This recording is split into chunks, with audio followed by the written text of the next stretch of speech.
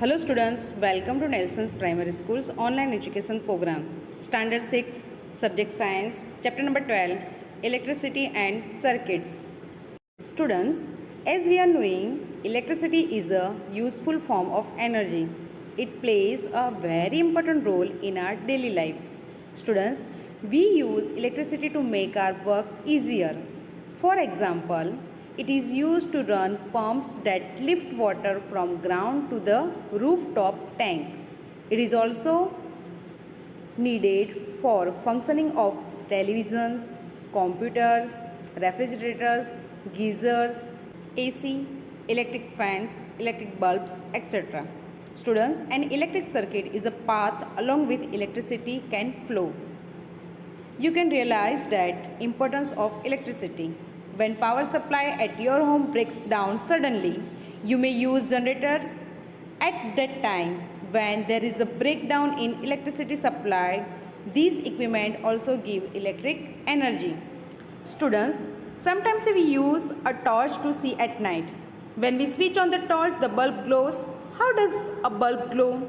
The electric cells are the source of electricity in an electric torch.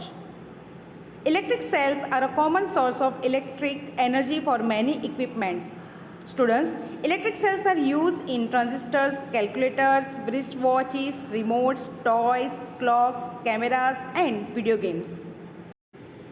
Advantages of electric cells. Students, these cells are used in torch, digital cameras, hearing aids, batteries, watch, video games. Even these cells are also being used in medical implant in the body. These cells are also used in satellites, rocket launch equipment. Electric cells are lightweight, so they are portable.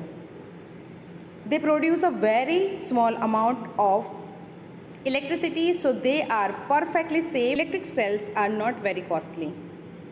They do not contain any liquid chemicals. They supply a steady electric current.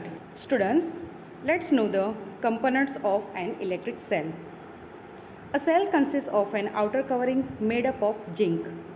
At the center of the container, a carbon rod with a metallic cap, which is made up of brass. This carbon rod is surrounded by a mixture of manganese dioxide and charcoal powder. The remaining space inside the zinc container is filled with a thick paste of ammonium chloride. Students, the outer side of the zinc container is covered with a cardboard cover except the bottom. The cell is sealed. The tip of the cell acts as a positive terminal and the base of the zinc container acts as a negative terminal. When we connect the tip of the metal cap and the base of the zinc can with a metal wire, the current flows through it. Types of electric cells. Electric cells are of different types. A pencil cell is used in an electric clock. Ordinary cell is used in a toy, and a button cell is used in quartz watches and video games.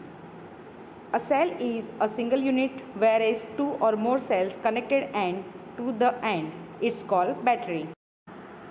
Electric bulb. It has an outer case made up of glass that is fixed on a metallic base.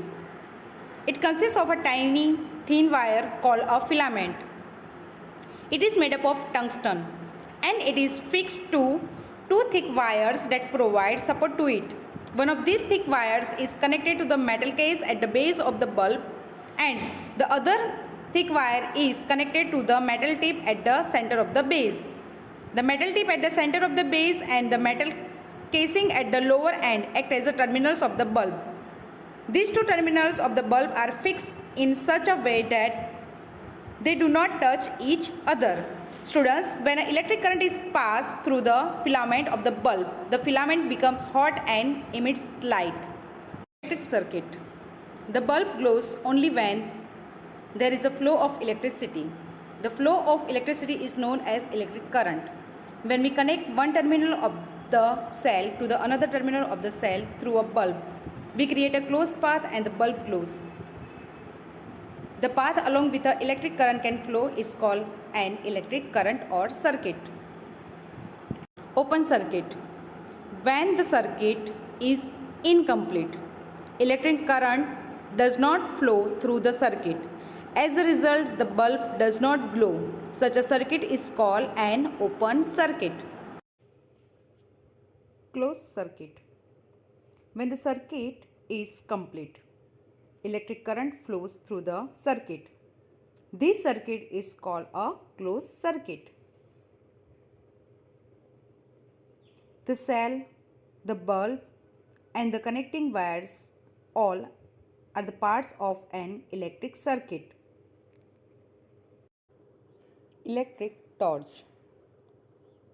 It has 2 or 3 cells placed in such a way that the positive end of one torch is and the negative end of the other cell. The cells are in series. These cells are the source of electric current. They are connected through a switch to a small bulb. The negative terminal of the cell press against the spring at the base of the torch. The positive terminal of the cell press against the metal tip at the base of the bulb. There are 3 metal strips: metal strip A, metal strip B, and metal strip C. When the switch is pushed to the on position, the bulb to glow. When the switch is pushed to the off position, the bulb does not glow. Electric conductors. The materials that allow electric current to pass through them are called conductors of electricity. Students, metals are good conductors of electricity. Electric wires are made up of copper because it is a good conductor of electricity. Silver, gold, copper, steel, seawater are examples of good conductor. Electric insulators. The materials that do not allow electric current to pass through them are called insulators. Rubber, plastic, wood and glass are insulators. Electricians wear rubber gloves while working with electricity because rubber is a good insulator and protect them. Rubber and plastic are used for covering electric wires, plug tops, switches and other parts of electric appliances. Electrical safety. The electricity which we use at home is generated at electric power stations. Some measures. Replace the light bulb only when it is switched off and cool.